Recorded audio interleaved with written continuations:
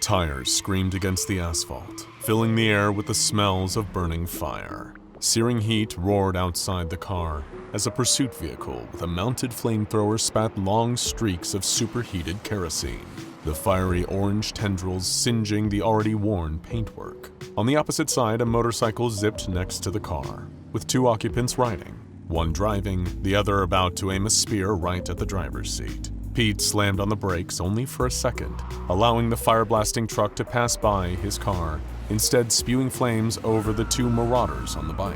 They screamed as the rider swerved the motorcycle, and both he and the Lancer on the back came tumbling off, rolling around on fire. Before they had even hit the ground, Pete had switched gears and stomped his foot back down on the accelerator, the modified engine of his car whooshing as it came to life in seconds, then sped around the other side of the pursuing truck.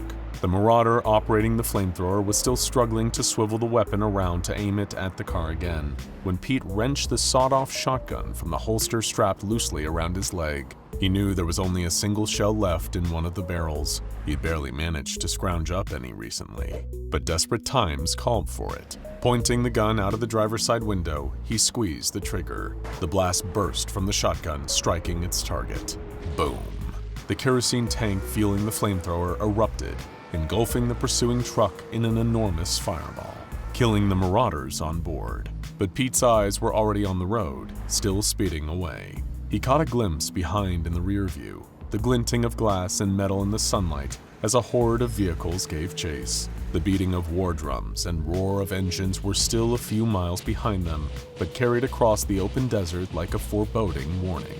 From her hiding place under the blanket in the passenger seat, SCP-053 poked her head out. "Are we there yet?" Pete sighed. He hated days like these. He couldn't remember how long it had been since the world had collapsed. It had to have been years by now at least. But then again, who could tell anymore? Nobody was keeping time. They were too focused on surviving day to day. Pete had been a delivery man back in the old days. The before, as people had taken to calling it. Even after an all-out nuclear war, he was still stuck in the same old line of work. Typical. He knew he wasn't the only one still alive who remembered what had happened. But as the days went on, there seemed to be fewer and fewer who didn't. Gangs of marauders and scavengers had coalesced into factions, merging together under names that resembled groups from the before. Each held a reverence for the make-believe idea of what their predecessors were, but few actually had the knowledge of the scraps they were fighting over. The ones who called themselves children of the Chaos Insurgency now controlled all of Philadelphia, which meant that area was out of bounds for anyone passing through.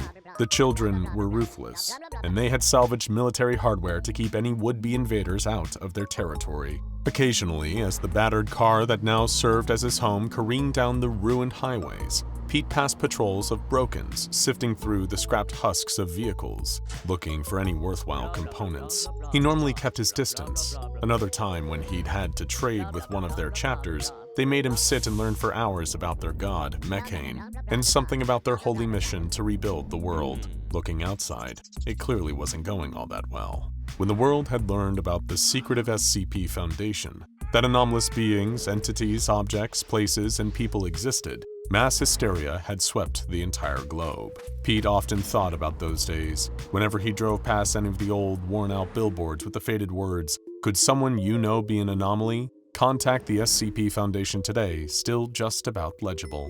Everyone had been rightly terrified that the Foundation had the capability to destroy the world. Some of the anomalies that they kept caged certainly had the potential to.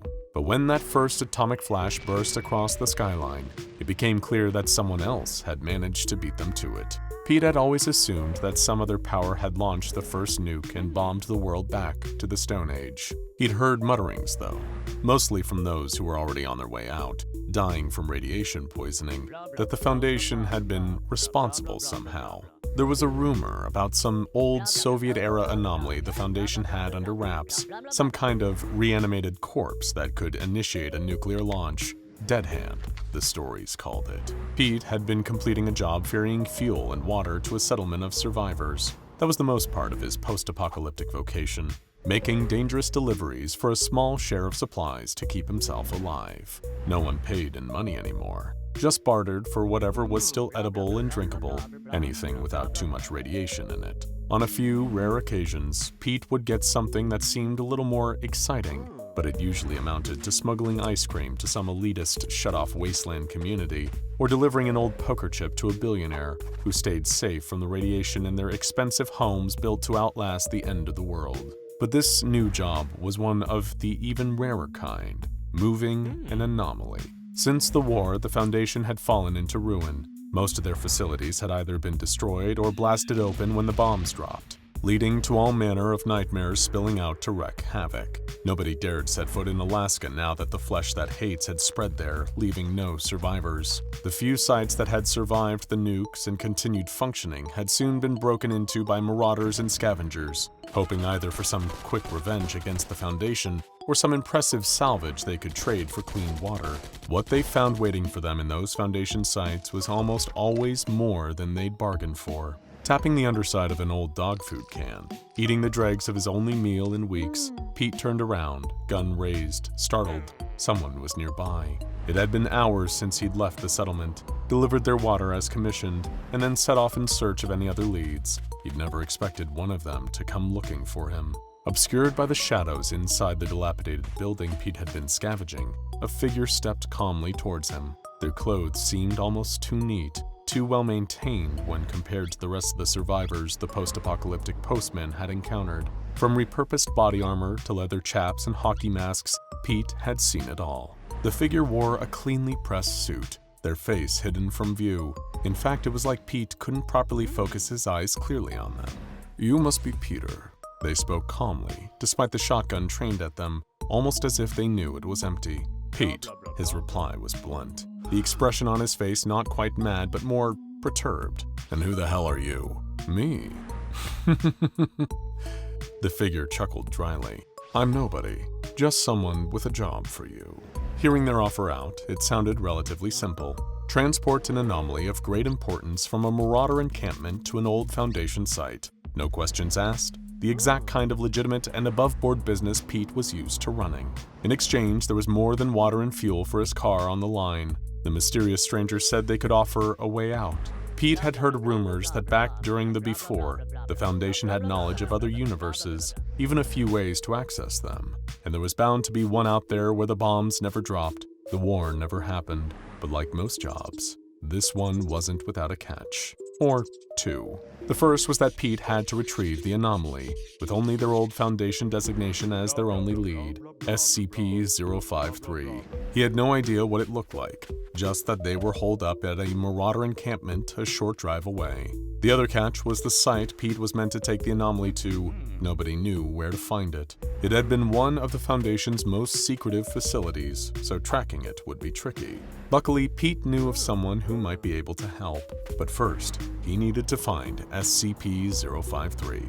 Arriving at the encampment, he was immediately put on edge by just how angry everyone seemed. The Marauders weren't normally a civilized bunch, but at least typically only attacked anyone they thought was worth robbing for supplies. At this camp, though, they were starting fights with each other, brawling so much that they barely paid Pete any mind. He snuck a discarded shotgun shell into his pocket, his battered remnants of a leather jacket the only thing keeping him safe from a stray punch or the slash of a homemade shiv. He passed a makeshift gladiatorial arena, where marauders were fighting each other, rusted road signs and other scrap metal fastened to their bodies to act as armor, or wielded as weapons and shields. Others were screaming for bloodshed from the sidelines, rattling at the fence while two marauders entered the ring, each intending to be the one who walked back out alive. Amidst all the angry chaos, however, it was easy to spot SCP-053. She was the only person around not trying to kill anyone. Although he hadn't expected the anomaly he was sent to collect to be a child, Pete understood more once she explained what exactly she could do. Whenever someone looked at her, or even spent so much as a few moments in her company, it triggered a violent homicidal rage that made them try to kill anyone around them. Pete felt no different than usual around her. Perhaps the fallout from the war or the gradual exposure to radiation had inoculated him against this particular anomaly.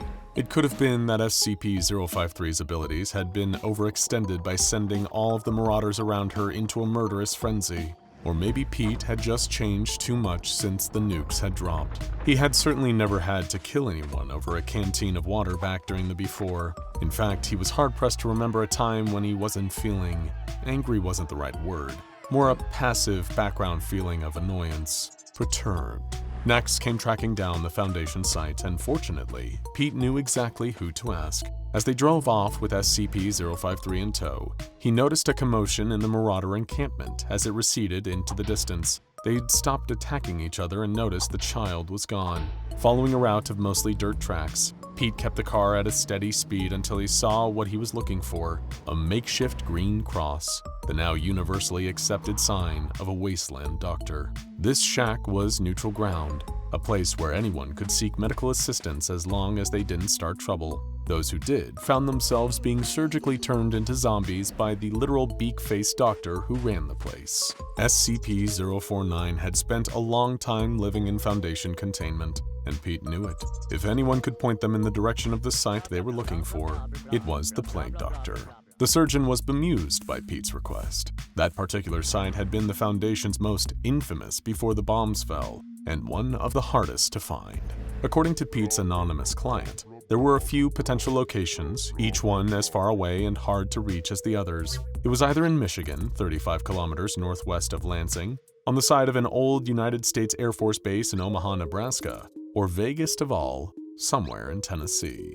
The Plague Doctor seemed evasive, asking to at least know the reason why Pete was searching for the site in question. The post-apocalyptic postman pointed towards SCP-053, sitting quietly in the back seat of his car. Ah, of course, SCP-049 mused. Perhaps it is time. With that, the anomalous doctor directed Pete towards the old airbase in Nebraska. A few miles along the journey, and the rev of engines had started gaining on them. Pete had no idea why the Marauders were coming after SCP-053, but the closer their jury-rigged vehicles got to his car, the more of them became enraged thanks to the anomalous girl's abilities. Except this time, their murderous rage was fixated on killing Pete. As the smoke billowed from the fiery wreck of the flamethrower truck, Pete saw what was up ahead. He slammed on the accelerator, ramming the car through the wire fence gate that surrounded what had once been Site-19.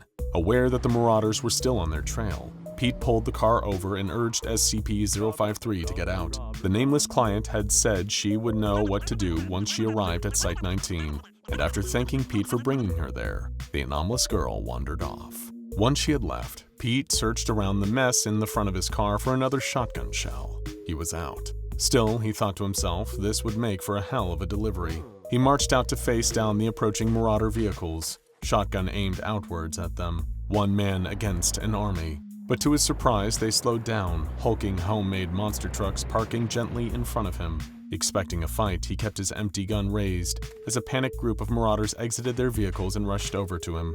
We were trying to get you to stop, one of them said frantically. Why did you have to bring her here? Pointing the gun at the Marauder, Pete demanded an explanation.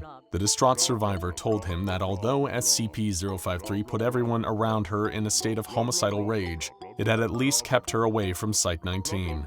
This group weren't Marauders. They explained that they were the descendants of a group called the Mana Charitable Foundation, a group that had wanted to preserve and improve the world using anomalies back during the before.